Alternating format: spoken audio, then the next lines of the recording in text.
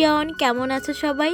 মায়াপুরের ব্লগ অনেকদিন ধরেই গ্যালারিতে ছিল, বেশ কয়েকদিন ধরে ভিডিও আমি তার মধ্যে আপলোড করে ফেলেছি, কিন্তু এই যে মায়াপুরের ব্লগটা একদমই রেডি করতে পারছিলাম না। তাই আজকে আমি ভেবেছি মায়াপুরের পুরো ব্লগটাই তোমাদের সঙ্গে শেয়ার করবো এই ছোট্ট ভিডিওর মাধ্যমে। 3 জানুয়ারি ছিল আমার বার্থডে, তোমরা সকলে জানো। তো সেদিনই আমরা গেছিলাম মায়াপুর অনেকদিন ধরেই আমরা বলছিলাম যাবো কিন্তু সেই যাওয়াটাই হয়েই উঠছিল না। তাই কিন্তু আজকে সকলে মিলে বেরিয়ে আমরা ফ্যামিলিরা মিলেই কিন্তু একটা গাড়ি রিজার্ভ করে নিয়েছিলাম, আর সেই গাড়ি করেই কিন্তু আমরা চলে এসেছি মায়াপুর। আমাদের বাড়ি থেকে মায়াপুর মোটামুটি ওই 2 ঘন্টার মতো সময় লাগে। বাড়ি থেকে কিন্তু অনেকটাই কাছে, কিন্তু সেরকম ভাবে আসা হয় না। কথা মানতেই হবে, ভগবান হয়তো আমাদেরকে ডাকিনি, তাই আমরা এতদিন আসতে পারিনি। হয়তো সেই দিন যেদিন আমাদেরকে ডেকেছেন এবং আমরা সকলে মিলে সেইখানটায় কিন্তু আসতে পেরেছি, এবং একটা তীর্থস্থান আমরা খুব ভালো করে কিন্তু ঘুরেছি।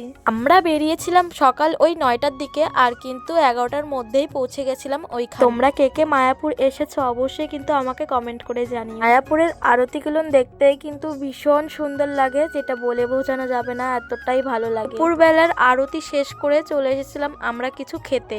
যেহেতু আমরা অনেকটা পথ গাড়ি জার্নি করে এসেছি এবং অনেকটা সময় পেরিয়ে গেছে, আর খুব গরমও পড়েছিল সেদিন দুপুরবেলা করে, চেয়েছিলাম সেরকম ভাবে কোনো রিচ খাবার খাবো না, একদম হালকা পাতলা নিরামিষ ভোগ আমরা কিন্তু খাবো।